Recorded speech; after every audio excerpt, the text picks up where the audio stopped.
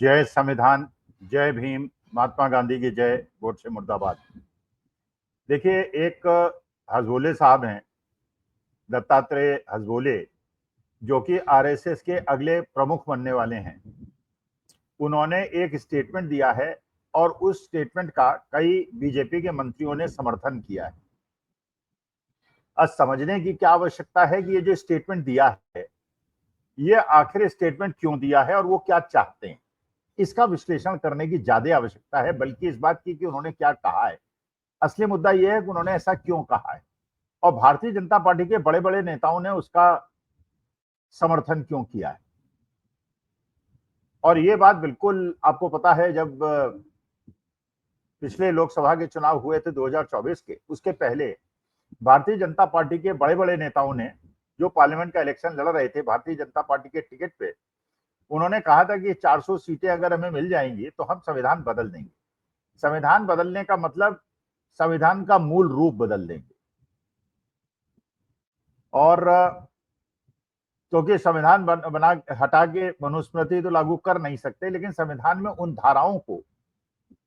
उन अनुच्छेदों को हटाने का प्रश्न था कि जिससे कि उसका रूप बदल जाए और मनुस्मृति उसमें एक तरह से लागू हो जाए। अच्छा, 2024 का जो चुनाव हुआ उसमें दो घटनाएं घटी। पहला ये कि भारतीय जनता पार्टी को 400 सीटें नहीं मिली और मजबूरी में उन्हें तेलुगु देशम पार्टी का और जेडीयू का समर्थन लेना पड़ा। आज की तारीख में ये एक त्रिशंकु सरकार है, लेकिन इसके बावजूद भारतीय जनता पार्टी ने अपने मूल स्वरूप को नहीं छोड़ा। और ये आशा कर रही थी देश की जनता, क्योंकि तेलुगु देशम पार्टी भी समाजवाद के सिद्धांतों को बिलीव करती है और जेडीयू तो बेसिकली उपजी ही समाजवाद के आंदोलन से है। ये बात अलग है, जब जयप्रकाश का आंदोलन हुआ और उसके पहले लोग सब समाजवादी थे, चाहे लालू प्रसाद यादव हों,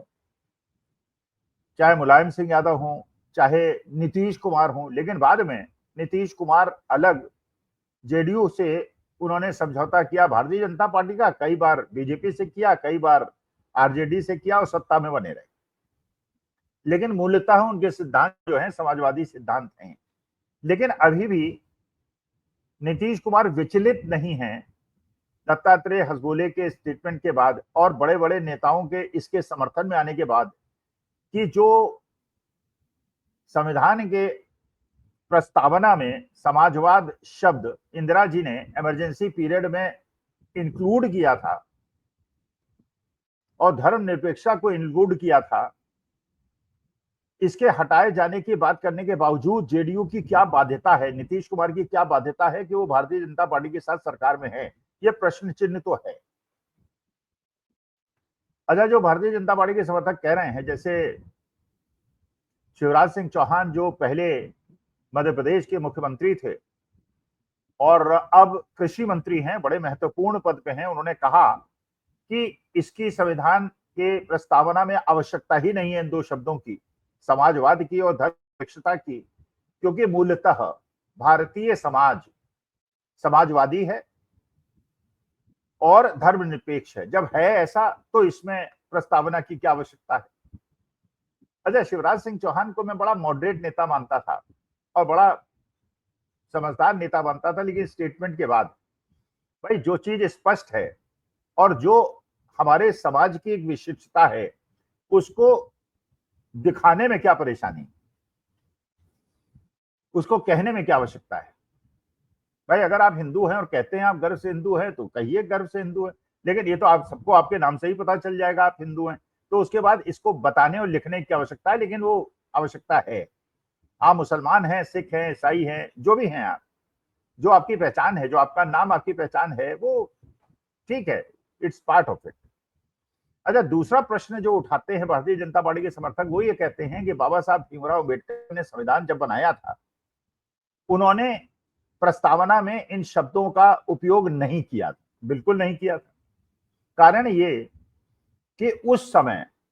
उस काल में बाबा साहब भीमराव अम्बेडकर ये नहीं सोच पाए होंगे और स्वाभाविक था, उन्होंने इस बात की कल्पना नहीं की होगी कि भारत के अंदर एक ऐसी भी सरकार आ सकती है जो कि धर्म के आधार पर राजनीति करे, जबकि मूल रूप भारतवर्ष का ऐसा नहीं है।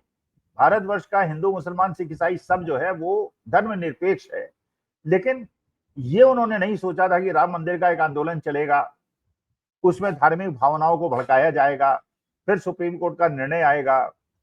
और बिना प्रूव हुए कि वो भगवान श्री राम का जन्म स्थल है वो राम मंदिर बन जाएगा और मुसलमान उसको स्वीकार कर लेंगे और जो चीफ जस्टिस साहब हैं वो बाद में राज्यसभा के मेंबर बन जाएंगे। ये कल्पना बाबा साहब भीमराव अम्बेडकर ने नहीं की होगी, लेकिन वो बाबा साहब जिनको आज भारत का और हमेशा से पूरा देश और देश की जनता सम्मान के भाव से देखती है और भारत की अस्मिता से जोड़ती है, और वही बाबा साहब भीमराव अम्बेडकर जिनके बारे में एक बहुत बड़े नेता भारतीय जनता पार्टी ने पार्लियामेंट में कहा था, अंबेडकर अंबेडकर अंबेडकर अंबेडकर अंबेडकर करना छोड़ दो, अगर इतना नाम भगवान राम का लिया होता तो मोक्ष मिल जाता। मतलब ये कि जो व्यक्ति जिसने भारत को एक ऐसा संविधान दिया जो विश्व का अद्वितीय और सबसे श्रेष्ठ संविधान है, और एक हमारे एक धर्म के इष्ट जो हमारे भगवान श्री राम हैं, जिनको पूरा हिंदुस्तान मान सम्मान देता है, हम जीसस को भी सम्मान देते हैं, गुरु साहब को भी सम्मान देते हैं, महावीर को भी सम्मान देते हैं, अल्लाह को भी सम्मान देते हैं, इसलिए हमारा ये मूल स्वरूप है। लेकिन कल्पना उन्होंने नहीं की थी, लेकिन ये भारत के समाज की एक विशिष्टता है जिसको इंदिरा जी ने संवैधानिक प्रावधानों के अनुरूप इंक्लूड कर दिया था। तो जिसको जो हमारा स्वभाव है अगर उसको इंक्लूड कर दिया था तो इसमें परेशानी क्या, और इसको हटाने की आवश्यकता है क्या, ये मैसेज देने की आवश्यकता ये भारतीय जनता पार्टी सोच रही है।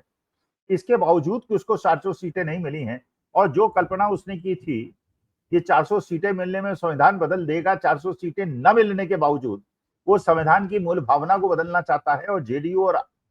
टीडीपी उसका समर्थन कर रहे हैं और इस पाप में वो भी भागीदार हैं।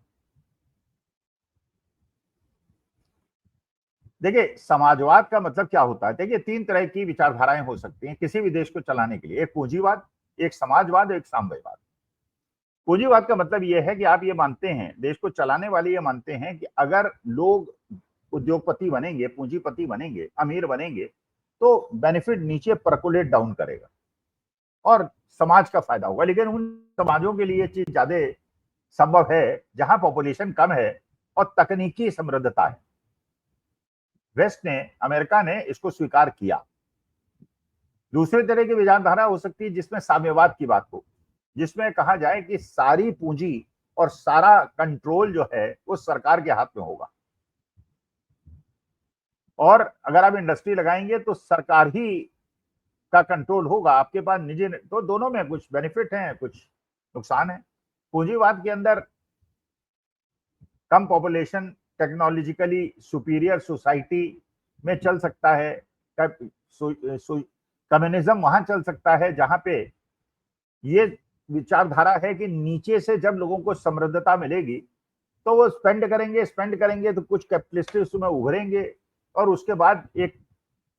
समानता का भाव होगा, लेकिन पावर जो है वो स्टेट के पास होगी।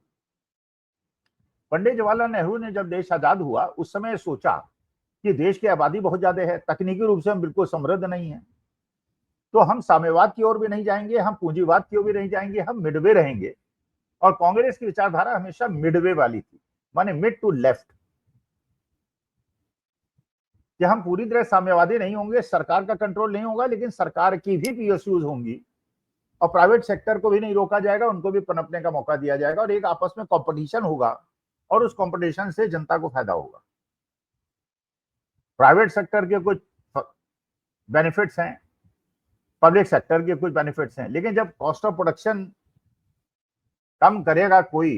तभी तो वो बेनिफिट दे पाएगा। कौन एफिशिएंट है, कौन नहीं है, क्या उसकी चयन प्रक्रिया है, वो अलग मुद्दा है, लेकिन एक कंपटीशन प्राइवेट सेक्टर में कैपिटलिज्म में होता है और सोशलिज्म में इसलिए क्योंकि सभी एक चीज के हाथ में है इसलिए नहीं होता। तो मिक्स्ड इकोनॉमी में और सोशलिस्टिक इकोनॉमी में दोनों चीजों का समावेश होगा। धर्मनिरपेक्षता और सर्वधर्म समभाव थिन लाइनिंग है, बहुत ज्यादा इसमें अंतर करने की आवश्यकता नहीं, इसलिए कि धर्मनिरपेक्षता का मतलब होता है कि भारत के अंदर संविधान के अनुरूप एक गरीब से गरीब आदमी के भी उतने अधिकार हैं जितने अमीर से अमीर आदमी के अधिकार हैं, और कानून, चिकित्सा, शिक्षा, इसमें समान सबका अधिकार, लेकिन वैसा है नहीं। लेकिन अगर कैपिटलिज्म वाली सोसाइटी हो जाए और सब कुछ प्राइवेटाइज हो जाए जो आज की तारीख में हो रहा है, तो गरीब लोगों को पढ़ने का अवसर नहीं मिलेगा, चिकित्सा का अवसर नहीं मिलेगा, और कुछ चीजों, कुछ चंद मुट्ठी भर लोगों के हाथ में चीजें सिमट जाएंगी जैसा हो रहा है। तो इसलिए सोशलिज्म को भी स्पष्टतः बोलने की, धर्मनिरपेक्षता को बोलने की आवश्यकता इंदिरा जी ने समझी और उसको इंक्लूड, लेकिन जब इंक्लूड हो गया तो उसको हटाने का मतलब क्या है? इसका मतलब यह है कि अब आप ऐसे अडानी जी को, बड़े बड़े पूंजीपतियों को बढ़ावा देने के बाद आप ये चाह रहे हैं कि आपकी बाध्यता ही खत्म हो जाए, क्योंकि संविधान के अंदर अगर मूल प्रस्तावना में यह नहीं होगा तो आप ये कहेंगे कि अब तो समाजवाद है ही नहीं देश के अंदर, जो है हम सब कुछ दे रहे हैं, तो why do you criticise everything being given to Adani and Ambani? क्योंकि समाजवाद तो, लेकिन बाकी धाराओं की बात अलग है, क्योंकि जितने भी अंदर उसके अंदर क्लॉजेज हैं और अनुच्छेद हैं, वो सारे के सारे इस बात को बताते हैं कि बाबा साहब चाहते थे कि देश के अंदर समाजवाद भी हो और धर्मनिरपेक्षता भी हो। अच्छा, ये बात पता है भारतीय जनता पार्टी को, जब जब वो संविधान में इस मूल भावना को छेड़खानी करने का प्रयास करेगी तो भारतीय जनता पार्टी को नुकसान होगा। लेकिन इसके बावजूद अगर ये डिस्कशन हो रहा है, आरएसएस कर रहा है और भारतीय जनता पार्टी के लोग समर्थन कर रहे हैं, तो क्या बिहार में, क्या उनको नहीं पता कि इसके बहुत ज्यादा नुकसान होंगे? और अगर इसके बावजूद अगर वो ये कर रहा है तो क्या चुनाव में जो ये नई प्रक्रिया अपनाई जा रही है कि 1 महीने के अंदर पूरी वोटर लिस्ट को चेंज किया जाएगा, 1 महीने के अंदर सबको प्रूव करना पड़ेगा कि भारत के नागरिक हैं, तो इसका मतलब क्या? ये समझ गए हैं कि ये जो बहस छेड़ी है आरएसएस ने और भारतीय जनता पार्टी ने, इससे उनको नुकसान होगा। और अब केवल संभावना बिहार और बंगाल का इलेक्शन जीतने की तभी बनेगी जब चुनाव को निष्पक्ष न होने दिया जाए। अब देखते हैं इसको आरजेडी कैसे फेस करती है, कांग्रेस कैसे फेस करती है, टीएमसी कैसे फेस करती है, क्योंकि ये बात तो बिल्कुल सच है कि संविधान और धर्मनिरपेक्षता को हटाने के कारण भारतीय जनता पार्टी तो बहुत मुश्किल में फंस जाएगी। लेकिन अगर ये चुनाव आयोग अपने मकसद में सफल होता है और अपोजिशन पार्टीज इसको हैंडल नहीं कर पाती हैं, तो फिर कुछ भी हो सकता है। अब देखते हैं इंडिया अलायंस के लोग इसे कैसे हैंडल करते हैं, किस तरह से ऑर्गेनाइज करते हैं। अगर चुनाव आयोग अपने मार्ग में सफल हो गया, उसके बाद ये कहेंगे कि हम बिल्कुल हटा देंगे समाजवाद को, धर्मनिरपेक्षता को, हमें जनता की मोहर मिल गई है। अब वो चाहे जनता की मोहर मिली हो न मिली हो, 30% लोग वोटर लिस्ट से बाहर हो गए हों, और उसके बाद उनसे ये भी प्रश्न उठेगा कि अगर ये वोटर लिस्ट में नहीं है और अगर ये भारत के नागरिक नहीं है तो इनको कहां ले जाएंगे और इनका जीवन स्तर देश के अंदर क्या होगा? मतलब ये, अगर 8 करोड़ वोटर आज बिहार में हैं और कल निकलते हैं केवल 6 करोड़ हैं, तो 2 करोड़ लोगों के साथ किस प्रकार का व्यवहार होगा? उनको दोयम दृष्टि का व्यक्ति माना जाएगा, उनको कंफाइनमेंट सेल्स में रखा जाएगा, या क्या होगा? जो एनआरसी में भारतीय जनता पार्टी की मूल भावना थी। तो लेट अस सी कैसे चीजें होती है। नमस्कार, धन्यवाद और प्रणाम।